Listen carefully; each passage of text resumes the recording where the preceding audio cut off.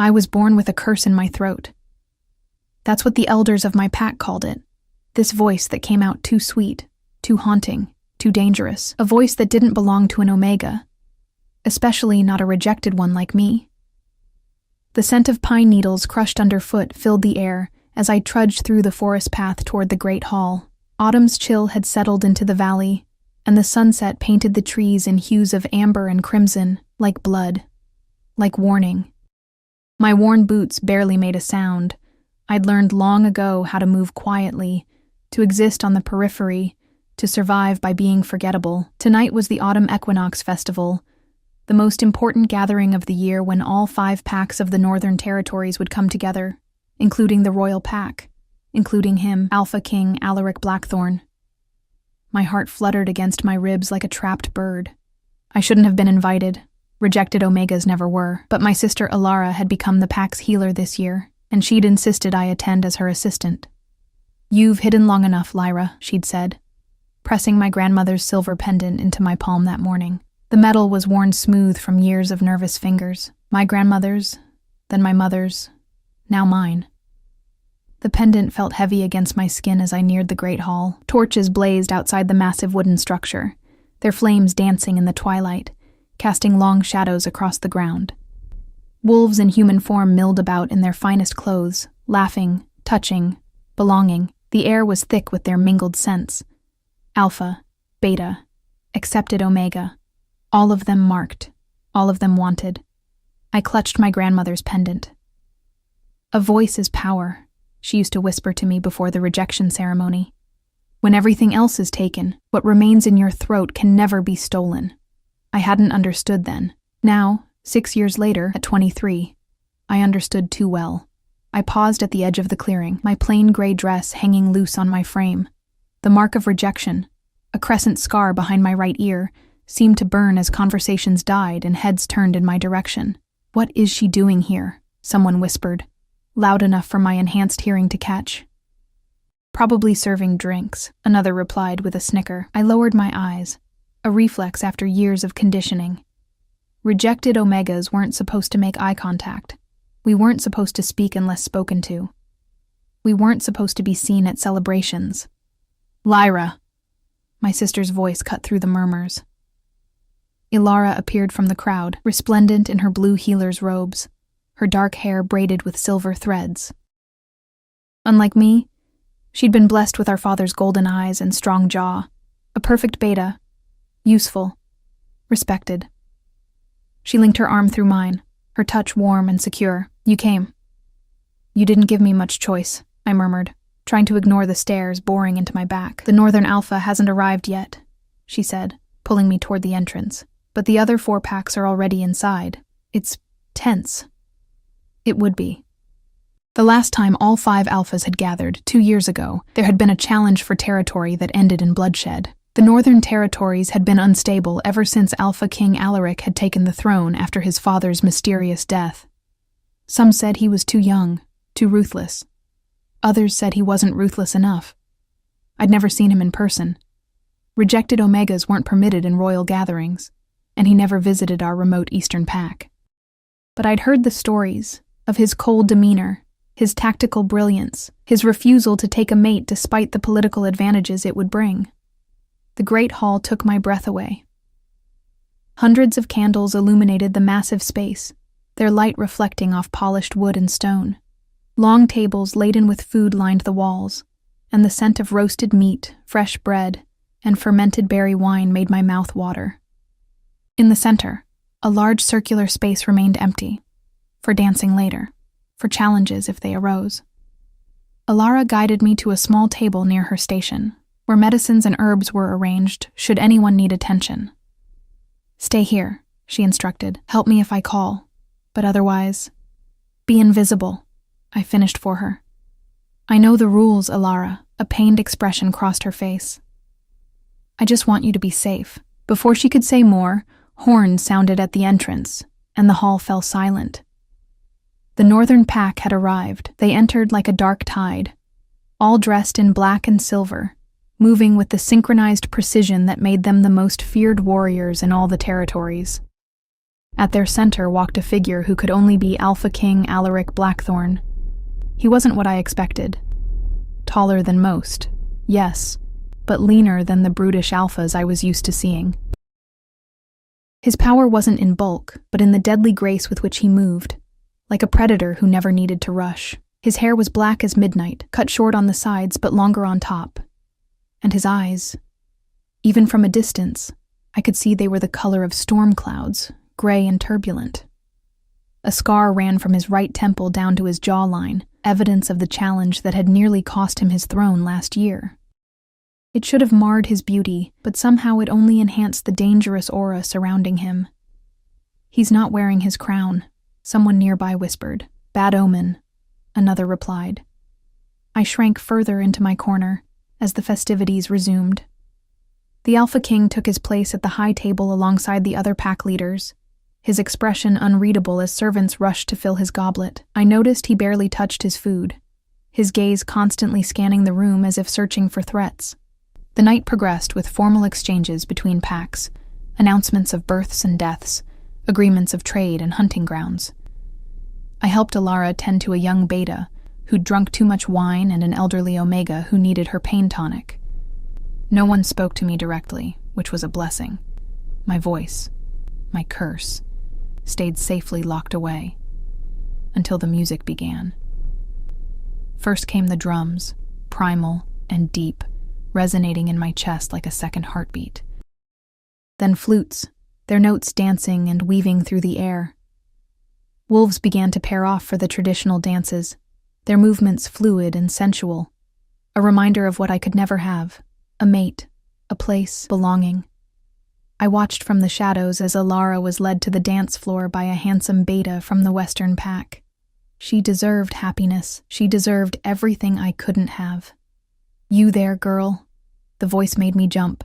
I turned to find Valerian Stone, beta commander of my own Eastern Pack, looming over me. His breath reeked of wine and something fouler. Cruelty, perhaps. "You're the rejected one with the voice, aren't you?" My throat closed. I nodded, keeping my eyes down. "I've heard things about you," he slurred, leaning closer.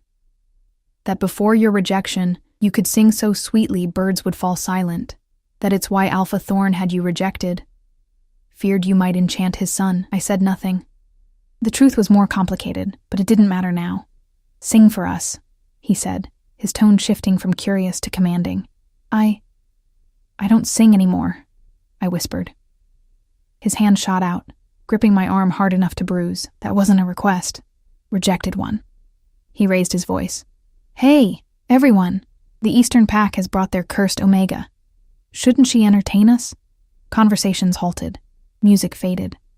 All eyes turned toward us, and I wanted nothing more than to dissolve into the floor beneath me. "Sing for us, rejected Omega," someone called, and laughter rippled through the crowd.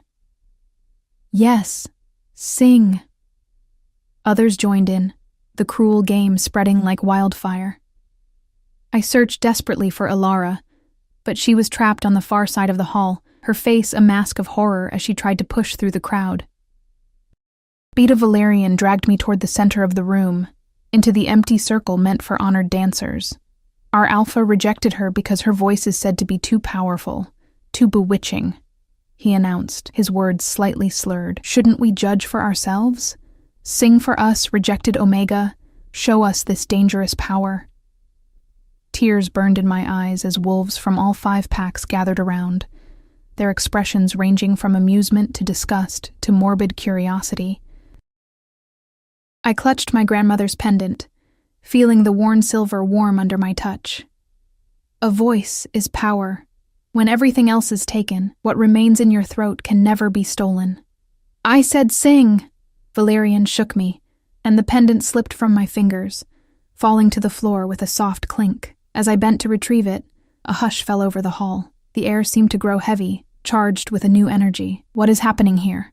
The voice was deep, quiet, and yet it cut through the hall like a blade. I looked up to see the crowd parting, and there stood Alpha King Alaric Blackthorn, his storm-gray eyes fixed on the scene before him. On me. "Your Majesty," Valerian stammered, immediately releasing my arm and bowing. just some entertainment. This rejected Omega did not consent to perform. The Alpha King finished for him, his tone dangerously soft. Or am I mistaken? Before Valerian could respond, Alaric's gaze shifted to me, and something inside me trembled, not with fear, but with something I couldn't name. Well? He asked, speaking directly to me as if I were a person worthy of address. Do you wish to sing for these wolves, Omega? The entire hall held its breath. No one spoke to rejected Omegas like this, as if our wishes mattered, as if we had choices. I should have said no, should have kept my curse locked away, safe behind my lips.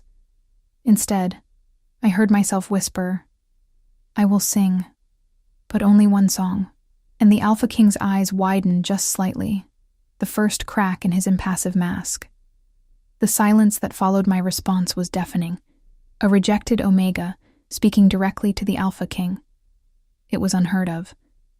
I could feel the shock rippling through the crowd, see the horror on some faces, the anticipation on others. In that moment, I realized there was no turning back. I had crossed a line simply by answering him.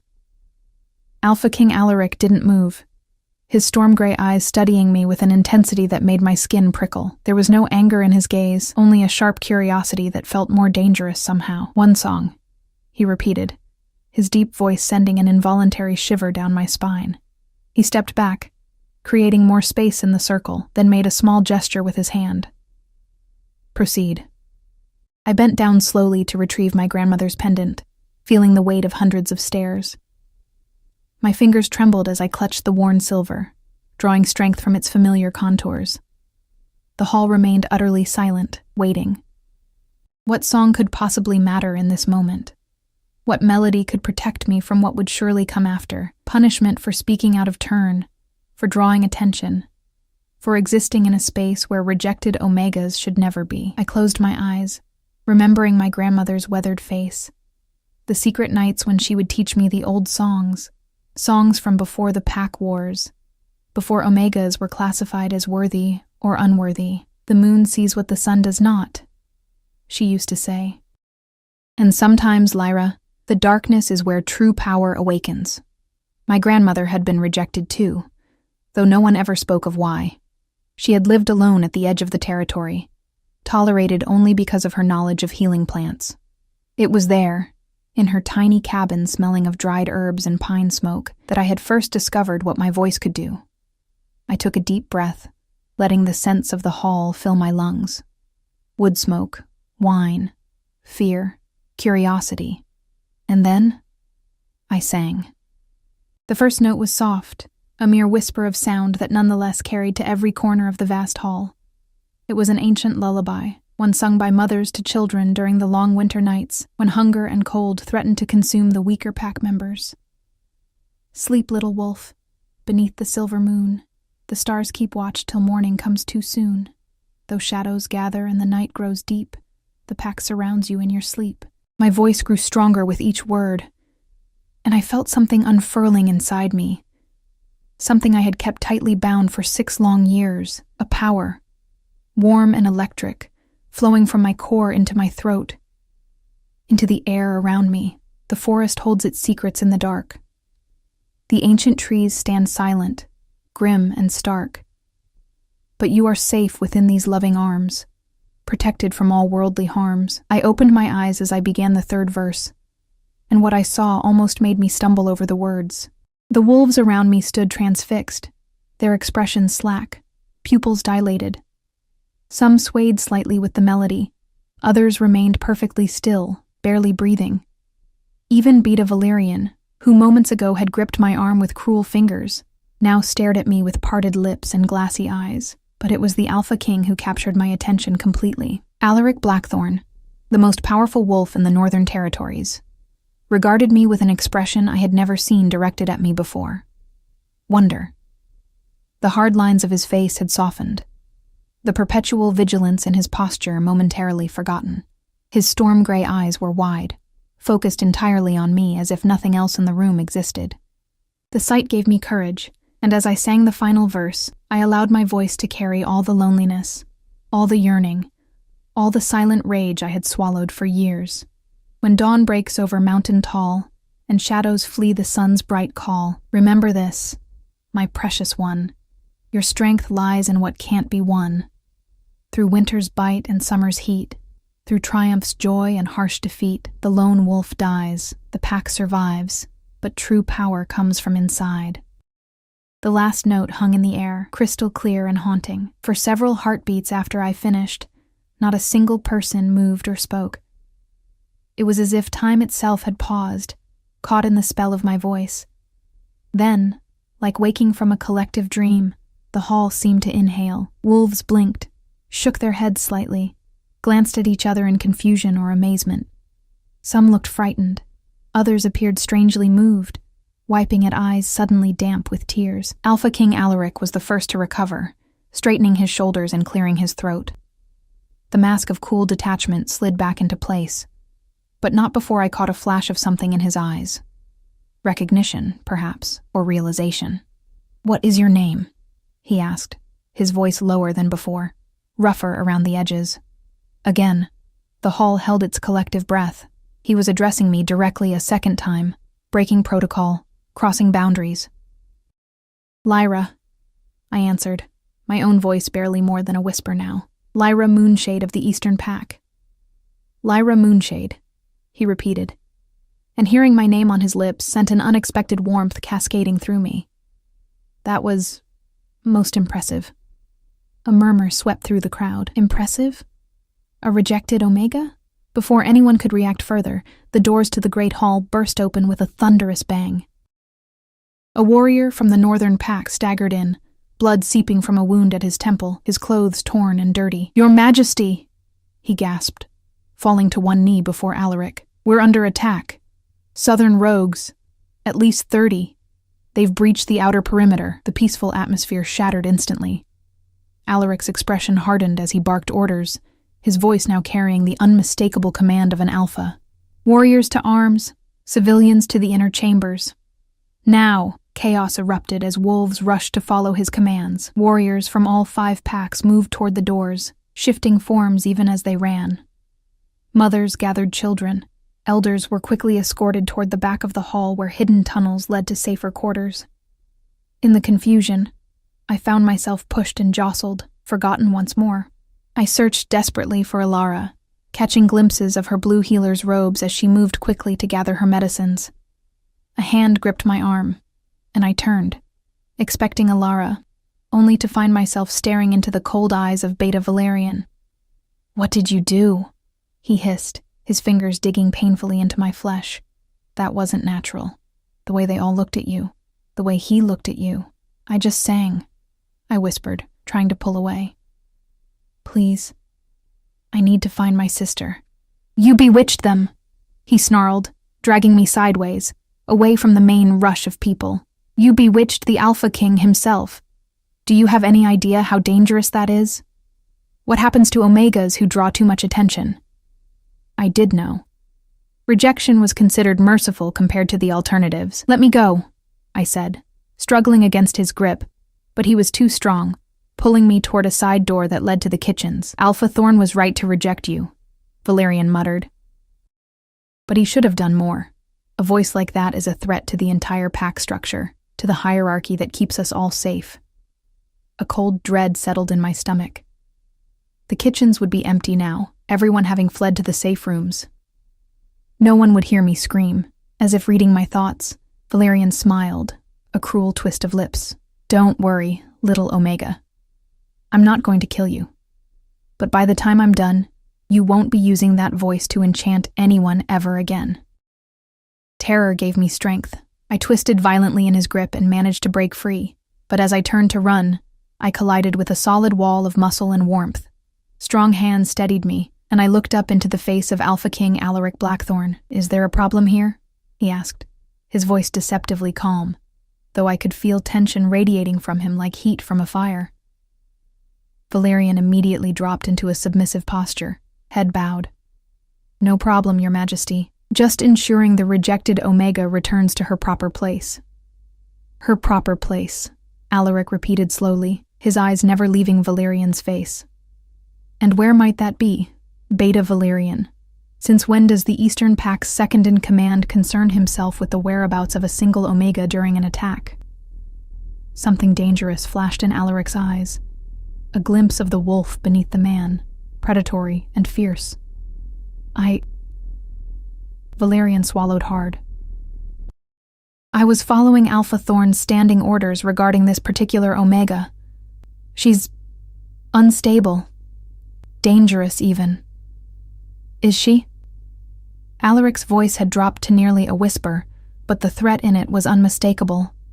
His hand remained on my arm, not restraining like Valerian's had been, but steady, almost protective. Strange.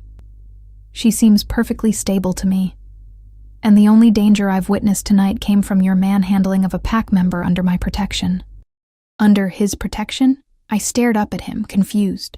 Rejected Omegas belong to no one, were protected by no one. Your Majesty, Valerian began, a hint of desperation creeping into his voice. You don't understand. This Omega was rejected for good reason. Her voice,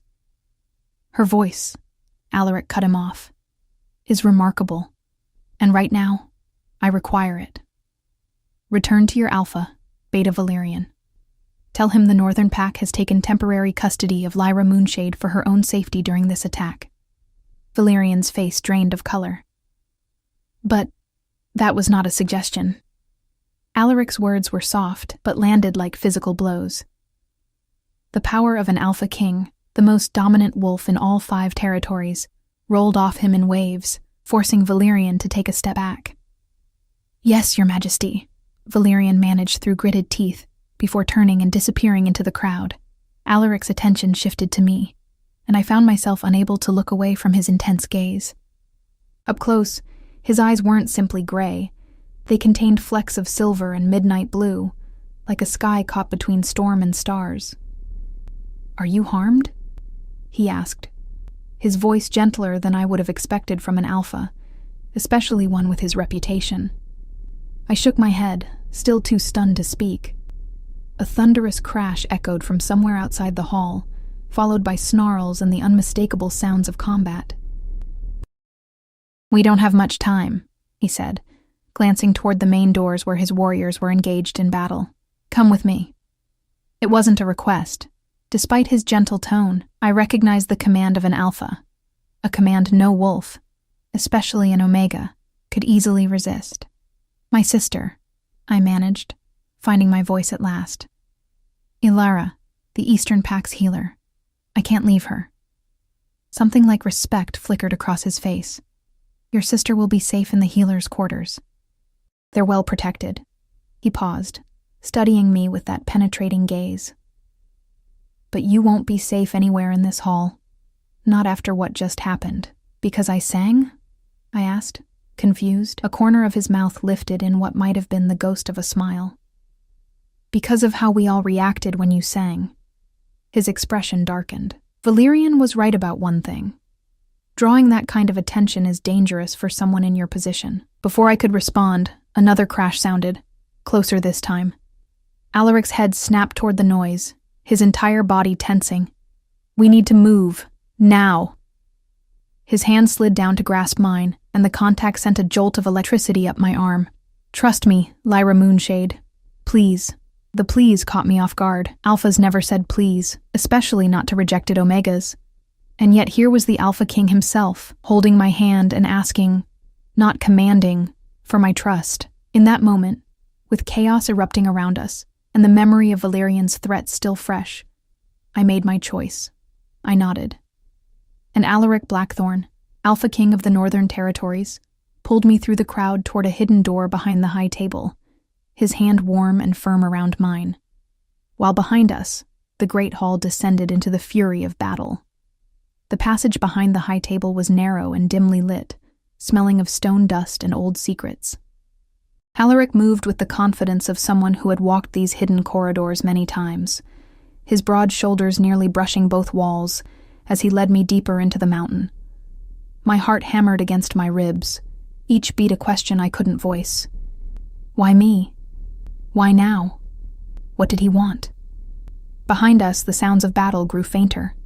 snarls and howls muffled by layers of ancient stone. I should have been afraid, following the most powerful and unpredictable alpha in the territories into the unknown, yet somehow, the warm pressure of his hand around mine felt more like safety than threat.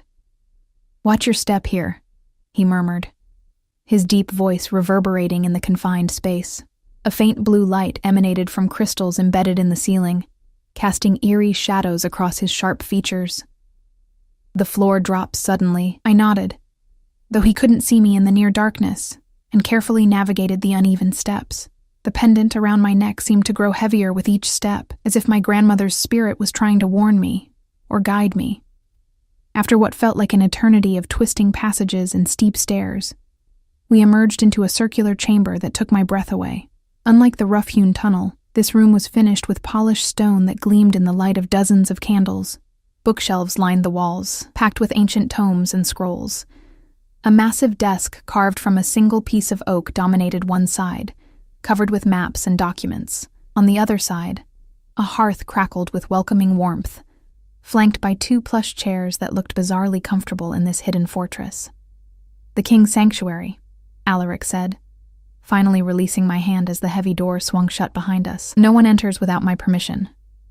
You'll be safe here." Safe.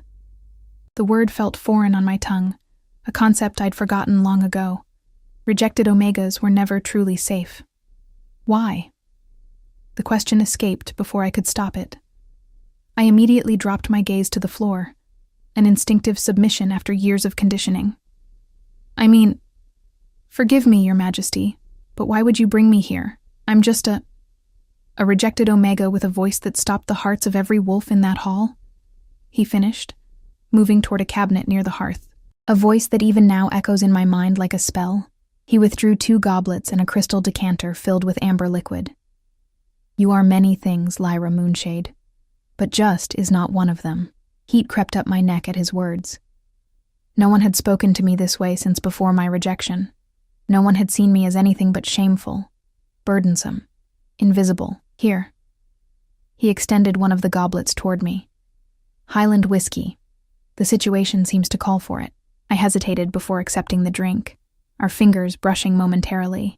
Another jolt of that strange electricity passed between us, and his eyes widened slightly, confirming he'd felt it too. "Thank you," I murmured, taking a cautious sip. The whiskey burned a path down my throat, warming me from the inside. For the drink and for intervening with Beta Valerian. Alaric's expression darkened at the mention of Valerian's name. That man has always been too interested in enforcing hierarchies, especially against those who cannot easily defend themselves. He moved to stand before the fire, the flames casting his profile in gold and shadow. "Tell me, Lyra, why were you rejected by your pack?" The question hung in the air between us, heavy with implications. A direct question from the Alpha King couldn't be evaded, even if the answer exposed vulnerabilities I'd spent years trying to hide. I took another sip of whiskey for courage. Officially, I was rejected for refusing to mate with Alpha Thorn's nephew. The words tasted bitter, memories rising like bile. I was 17. The nephew was 35 and had already broken 2 previous mates through excessive discipline. Alaric's knuckles whitened around his goblet. And, unofficially, I met his gaze then, refusing to flinch from the intensity I found there. Unofficially, it was my voice. As a child, I used to sing all the time. People would react. They would stop whatever they were doing to listen. Some would cry without knowing why. Others would seem almost hypnotized. I swallowed hard. Alpha Thorn said it was unnatural, dangerous, that no Omega should have that kind of influence, especially over alphas and betas. "So he rejected you to neutralize the threat," Alaric concluded, his voice carefully controlled. "By making you an outcast, he ensured no one would hear you sing again." I nodded. Rejected Omegas aren't permitted to perform or entertain. We exist to serve in the most menial capacities, to be useful without being seen or heard. The familiar ache of loneliness swelled in my chest.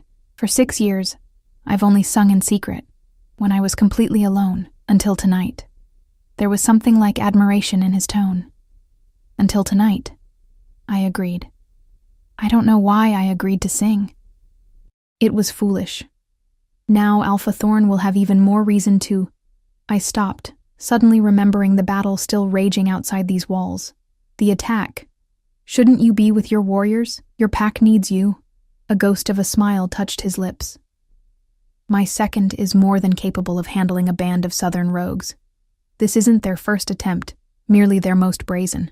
He set his goblet down and moved closer to me, close enough that I could catch his scent, pine and snow and something wilder, something purely alpha. And sometimes a king must prioritize. Right now, you are my priority, Lyra Moonshade. My pulse quickened. Why? Because in 6 years of ruling these territories, navigating political alliances and surviving 3 direct challenges to my throne, I have never, not once, encountered something that affected me the way your voice did tonight. His admission seemed to cost him, his jaw tightening as if he'd revealed more than he intended. I didn't know how to respond. The intensity of his gaze made it difficult to think clearly. Your grandmother's pendant, he said suddenly, nodding toward the silver at my throat. May I? Another strange request from this most unusual alpha. I nodded, and he stepped closer, gently lifting the pendant from where it rested against my collarbone. His fingers were warm against my skin, and I forced myself to breathe normally despite his proximity. The crescent moon and 3 stars, he murmured, studying the worn silver. This is an ancient symbol. Do you know what it represents? I shook my head. My grandmother only said it had been passed down through her family for generations, that it would protect me when I needed it most. Alaric's eyes met mine, serious and searching. It's the emblem of the Moon Singers, a line of Omegas said to possess voices that could heal minds, command wills, even predict the future. They served as advisors to the first Wolf Kings, before the territories were divided, before Omegas were... He paused, something like regret crossing his features. Before Omegas were classified and controlled. My mouth went dry. That's just a legend, a bedtime story. Is it? He released the pendant but didn't step back. Legends often contain more truth than history, Lyra. History is written by those in power, while legends are whispered by those who remember. A distant howl penetrated even these thick walls, the call of an alpha in battle. Alaric's head turned sharply toward the sound, his body tensing. That's Raoul, the Western Alpha, he said, frowning. The rogues shouldn't have gotten that far into our defenses. Maybe it's not just rogues, I suggested quietly. Maybe it's a distraction. His eyes snapped back to mine, sharp with sudden interest. What makes you say that? I hesitated, unsure why I'd spoken the thought aloud. It just feels wrong. Southern rogues have never attacked during a major festival before. They know all 5 packs are gathered, with their strongest warriors. Why would they choose tonight, unless someone inside wanted chaos? Alaric finished, his expression darkening. Someone who knew the Alpha King would be distracted. A chill ran down my spine. By what? The look he gave me answered my question before his words did. By you, Lyra. By a moon singer appearing after generations of silence, just when the territories are at their most unstable. The implications made my head spin. That's impossible. I'm nobody. A rejected Omega. I've lived my entire life in the Eastern Territory, barely tolerated, completely powerless. Have you? He challenged. Or have you been hidden, protected, even in rejection? He began to pace, his movements controlled but energetic. Think about it. Your grandmother taught you the old songs in secret. Your sister ensured you were present tonight, despite tradition. Even your rejection, painful as it was, kept you on the fringes rather than destroyed. He stopped, turning to face me fully. What if it was all deliberate? What if someone has been waiting for the right moment to reveal you? My legs suddenly felt weak, and I sank into one of the chairs by the fire. You're suggesting some kind of conspiracy? Around me? The idea was so absurd, I almost laughed. For what purpose? Alaric knelt before me, his eyes level with mine, all pretense of alpha detachment gone. The Northern Territories haven't been truly united in over a century. The 5 packs maintain an uneasy peace, but the old alliances are fraying, My father's death 3 years ago left a power vacuum that I, his too young, untested son, have struggled to fill. A vulnerability showed in his expression that I suspected few had ever witnessed. The Moon Singers were said to have one power above all others. They could make wolves see beyond pack divisions to our common bonds. They could unite us. And you think I'm one of these? Moon Singers, I whispered, overwhelmed by the weight of his words. I think you're something I've never encountered before, he answered honestly, and I think others may have recognized it long before I did. Another howl pierced the night, closer this time, followed by the unmistakable sounds of conflict. Snarls, the crash of breaking furniture, the thud of bodies hitting stone. Alaric rose to his feet in one fluid motion. They're inside the great hall again. I need to go. He moved to a cabinet on the far wall and withdrew a gleaming silver dagger, which he offered to me hilt first. Stay here. The door locks from the inside and is reinforced with steel. No one can enter without the key. He withdrew a heavy iron key from inside his jacket. Take this. Use it only if you must leave. The passage to your right leads to the eastern forest edge. I accepted both dagger and key with trembling hands. What about you? I'll return when it's safe. He moved toward the door, then paused, turning back with an expression I couldn't quite read.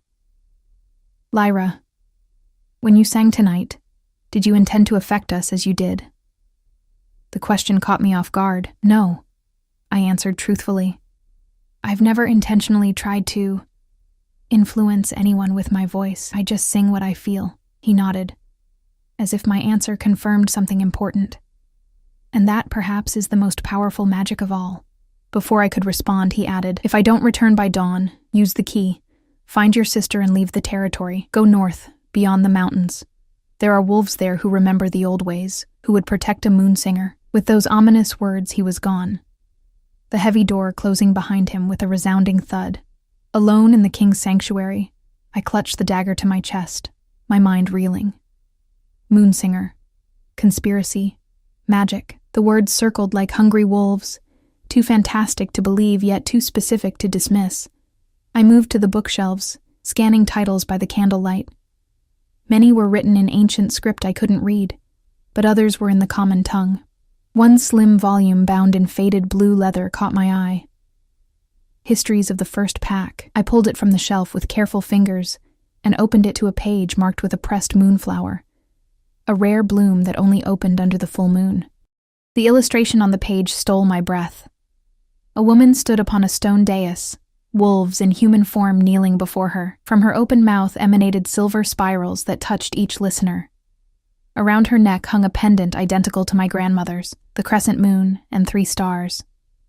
Beneath the illustration, faded script read, The last moon singer, Ariella Moonshade, advisor to King Alaric I, foretells the great divide before entering the eternal sleep. Moonshade, my family name. King Alaric, the same name as the current Alpha King. My hands shook so badly I nearly dropped the book. This couldn't be coincidence. My grandmother had never spoken of our family's distant past, only that we had old blood. Could it be possible? Was I somehow connected to these legendary moon singers? A sudden crash against the door made me jump, the book tumbling from my hands. I froze, listening intently as another thud shook the heavy wood. I know you're in there, rejected one. Beta Valerian's voice, slurred with either drink or bloodlust. Open this door, or I'll break it down. Fear clutched at my throat. How had he found this place? How did he know I was here? The Alpha King left you, didn't he? Valerian called through the door. Gone to fight while you cower in his private chambers. What an honor for a rejected Omega. Did he take you first? Is that why he was so protective? His crude implications made my cheeks burn with anger rather than shame. Alaric had been nothing but respectful, treating me with more dignity than I'd known in years. Alpha Thorn wants you brought back, little songbird, Valerian continued, his voice dropping to a menacing purr. Dead or alive, it makes no difference to him. Your voice has become too dangerous to ignore. I gripped the dagger tighter, backing away from the door. The Alpha King ordered me to stay here, I called, trying to keep my voice steady. He'll return soon. Valerian's laugh held no humor. The Alpha King is otherwise engaged. Southern rogues in the Great Hall, northern challengers in the courtyard. It's quite the coordinated attack, almost as if someone planned it all to coincide with your little performance. My blood ran cold. Alaric had been right. The attack was a distraction, but not to get to him. To get to me. Why does Alpha Thorn want me dead? I demanded, a new courage flowing through me. What is he afraid of? Another heavy thud against the door, the wood groaning under the assault. He's afraid of what you represent, Moonsinger. The old powers returning, the hierarchy crumbling. A splintering sound indicated the door was beginning to give way.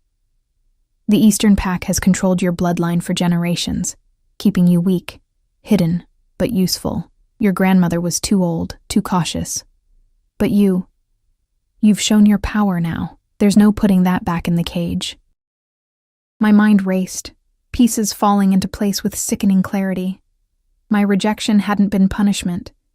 It had been containment, keeping me isolated, powerless, dependent. And now that I'd revealed my voice publicly, that containment had failed. I glanced at the passage Alaric had indicated. My escape route. I could flee now, before Valerian broke through. But to where? To do what? Run forever, always looking over my shoulder. A voice is power. When everything else is taken, what remains in your throat can never be stolen. My grandmother's words echoed in my mind, and suddenly I understood. She hadn't been offering comfort to a rejected Omega. She had been reminding me of my inheritance, my birthright. The door cracked, a splinter of wood flying inward. Valerian's eye appeared at the gap, wild with hatred. I had one chance, one power that had never been taken from me. I closed my eyes, drew a deep breath, and began to sing. Not the gentle lullaby from earlier, but something older, something that rose from deep within me. A melody I'd never heard before, yet somehow knew by heart. The words came in the ancient tongue, their meaning unclear to my conscious mind, yet perfectly understood by something deeper, more primal. Through the cracking door, I heard Valerian cry out, first in rage, then in what sounded like pain. The assault on the door stopped, then came a heavy thud, as if a body had fallen to the floor. Still singing, I moved closer to the door, peering through the splintered gap. Valerian lay sprawled on the stone floor of the passage, unconscious, or perhaps worse. My voice had done that, had reached out and struck him down without my even touching him. The knowledge should have terrified me. Instead, it filled me with a strange, calm certainty. This was who I was, who I had always been. A Moonsinger awakened. I stood frozen for several heartbeats, staring at Valerian's motionless form through the splintered door. My song had faded, but its echo seemed to linger in the air around me, charged with power I'd never consciously wielded before. The pendant at my throat felt warm against my skin, almost alive with energy. What had I done? Was he dead? The thought sent a wave of nausea through me. I might have hated Valerian, feared him even, but I had never wanted to kill. Drawing a shaky breath, I unlocked the door with trembling fingers and pushed it open just enough to kneel beside his body. Relief flooded me when I saw his chest rising and falling, unconscious then, not dead. His face looked peaceful, almost childlike in repose, the habitual cruelty erased from his features. A distant crash, followed by shouts, reminded me of the larger battle still raging through the Great Hall. Alaric was out there, fighting to protect his pack, his territory. Fighting while a conspiracy unfolded around him, around us. I had two choices: flee through the escape passage as Alaric had instructed, or return to the Great Hall and use the only weapon I possessed. My voice. The rejected Omega I had been for 6 years would have chosen safety and anonymity, but that woman was falling away from me like an outgrown skin, revealing something older, stronger beneath. Decision made. I stepped over Valerian's prone form and moved swiftly through the passageway, retracing our earlier steps. The dagger Alaric had given me was tucked into my belt, but I knew it wouldn't be my primary defense. My hand reached up to touch the pendant, my grandmother's pendant, my birthright, drawing courage from its solid presence. As I neared the hidden entrance to the Great Hall, the sounds of battle grew louder, snarls, screams, the distinct crack of bones breaking. I paused, heart hammering against my ribs. What was I doing? I wasn't a warrior. I had no fighting skills, no physical strength to match the wolves who had trained their entire lives for combat. All I had was my voice. A voice is power. Taking a deep breath, I pushed open the concealed door and stepped into chaos. The great hall had become a battlefield. Tables lay overturned, food and wine spilled across the floor, mixing with darker, redder stains. Wolves fought in both human and shifted forms, some fully transformed into massive beasts, others in the terrifying half-state that combined human intelligence with lupine strength and ferocity. My eyes searched frantically for Alaric among the combatants. At first, I couldn't distinguish friend from foe in the melee, but then I spotted him. A black wolf larger than any I'd ever seen, fighting back-to-back with a gray wolf I recognized as the Western Alpha. They were surrounded by at least 8 attackers, some wearing the colors of the Southern Rogues, others unmarked. Without conscious thought, I began to move toward them, dodging between skirmishes, pressing myself against walls to avoid notice. A small voice in the back of my mind screamed that this was madness, that I was walking into certain death, but a stronger certainty propelled me forward. I had almost reached the center of the hall when a rough hand seized my arm, spinning me around. I found myself face to face with Alpha Thorn of the Eastern Pack. My pack, the man who had rejected me, who apparently had been monitoring my family for generations. "You!" he snarled, his eyes flashing amber with barely contained wolf. "I should have had you killed years ago, but your grandmother begged for mercy. Said you'd never manifest the power if kept isolated." His lips curled in a cruel smile. She was wrong. I tried to pull away, but his grip was like iron. "Why?" I demanded, finding courage in anger. "Why control my family? What are you so afraid of?" "Balance." He spat the word like a curse. The moon singers threatened the natural order. Omegas advising kings, influencing alphas with their voices, undermining the hierarchy that keeps us strong. His free hand moved to my throat, fingers pressing against my windpipe. "The Eastern Pack has kept your bloodline contained for centuries, breeding it weaker with each generation. You should have been the weakest yet, but somehow," his grip tightened, cutting off my words, my breath, my power. Black spots danced at the edges of my vision as I clawed desperately at his hand. "Your voice dies with you," he growled. "The old ways remain buried. The packs remain divided and controllable." My lungs burned for air. The pendant seemed to pulse against my skin, urging me to fight, to survive, to become what I was meant to be.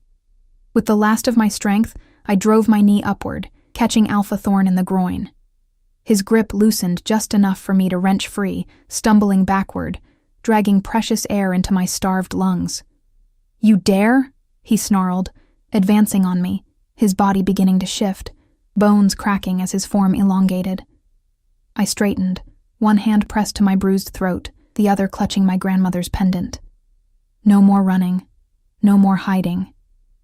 "I dare," I rasped, and then I began to sing. This song was different from any I'd sung before. Not a lullaby, not the ancient power that had felled Valerian, but something new, something born of this moment, this danger, this awakening. It rose from deep within me, raw and primal, a calling to every wolf present. Hear me. Children of moon and forest, blood of the first pack, divided too long. Remember the bonds that transcend territory. Remember the strength that comes from belonging. Alpha Thorn lunged toward me, but his movement slowed mid-leap, as if he were pushing through thick honey. Around us, the fighting began to falter as wolves turned toward the sound of my voice, their expressions shifting from rage to confusion. 5 fingers of one hand, 5 streams of one river, 5 paths that lead back to a single source. The enemy is not each other but division itself. Turn your teeth from your brothers. Unite against the true threat. My voice grew stronger with each word, filling the vast hall, reaching into every corner, every shadow. Wolves on both sides lowered their weapons, their claws, their fangs.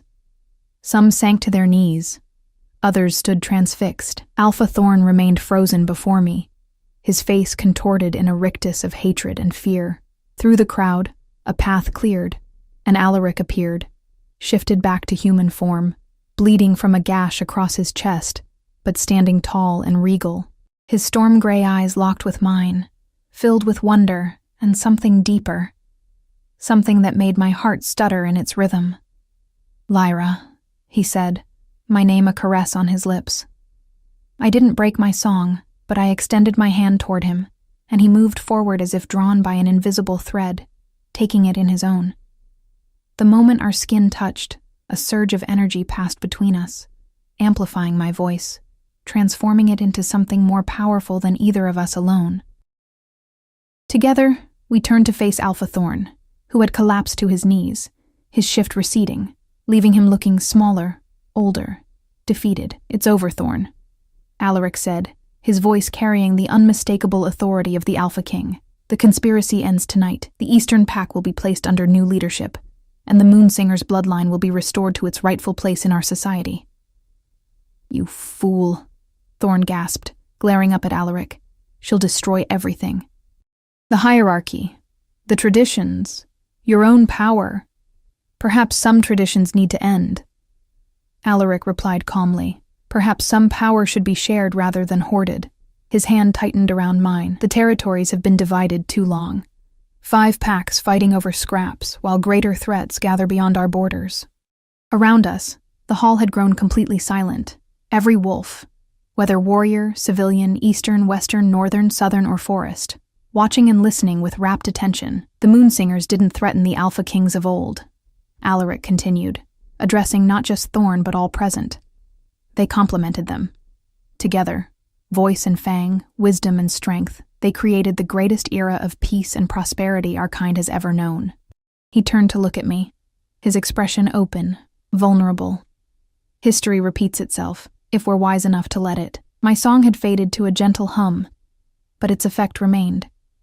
Across the hall, wolves from different packs were helping each other up, tending to wounds, sharing water. The invisible barriers that had kept us separate for so long seemed to have thinned, if not disappeared entirely. Alpha Thorn was seized by warriors from the northern pack, his hands bound behind his back.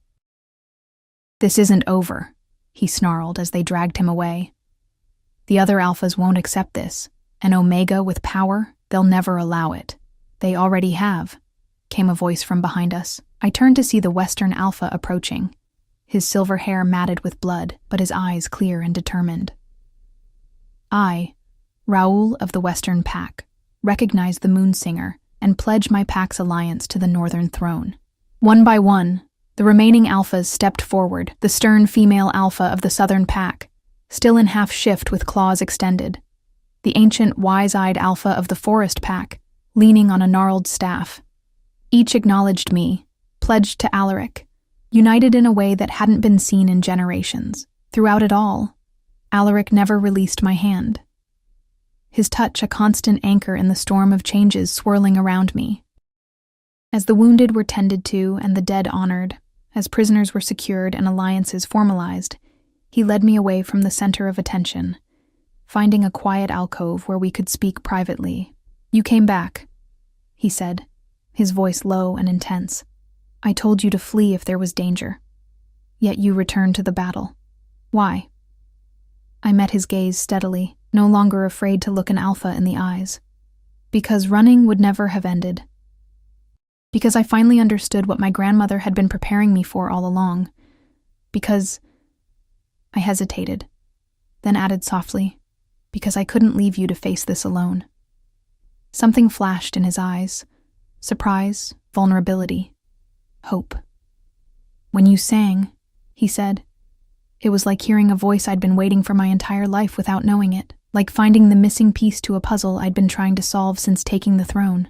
His hand moved to cup my cheek, his touch gentle despite the strength I knew he possessed. "The legends say the first Alpha King and the first Moonsinger were bound not just by duty but by something deeper, something unbreakable." My heart thundered in my chest. "And do you believe in legends, Alpha King?" A smile, the first true smile I'd seen from him, transformed his face, softening the hard edges, lighting his storm-gray eyes from within. "I believe in what I've witnessed tonight. I believe in the power of your voice. I believe in what I feel when I'm near you. Something I've never felt before, something that defies every rule and tradition I was raised to uphold." He moved closer, his scent enveloping me, pine and snow and alpha. But also something uniquely Alaric, something that called to the deepest part of me, the rejected Omega and the Alpha King. I whispered, marveling at the impossibility of it all. No, he corrected gently. The Moon Singer and the Alpha King, as it was always meant to be. His forehead rested against mine, our breath mingling. Stay, Lyra. Help me unite the packs, help me rebuild what was broken centuries ago. Be my advisor, my conscience, He trailed off, but I understood what he couldn't yet say. Some bonds formed too quickly to be named, too deeply to be denied. I'll stay, I promised, the words feeling like a vow, like destiny itself. When his lips finally met mine, it was gentle yet fierce, tender yet claiming. The pendant at my throat grew warm between us, as if blessing this union, this completion of a circle broken long ago. In that moment, I was no longer the rejected Omega, no longer the invisible girl who moved through life without leaving footprints. I was Lyra Moonshade, last of an ancient line, first of a new beginning. The curse in my throat had become a gift. The rejection that defined me had become the path to my true purpose. And Alaric Blackthorn, the Alpha King with storm in his eyes and strength in his hands, had become something I never thought possible for someone like me. Home, as we returned to the Great Hall, hand in hand. Alpha and Omega, King and Singer. The gathered wolves fell silent, then one by one, they knelt. Not in submission, but in recognition.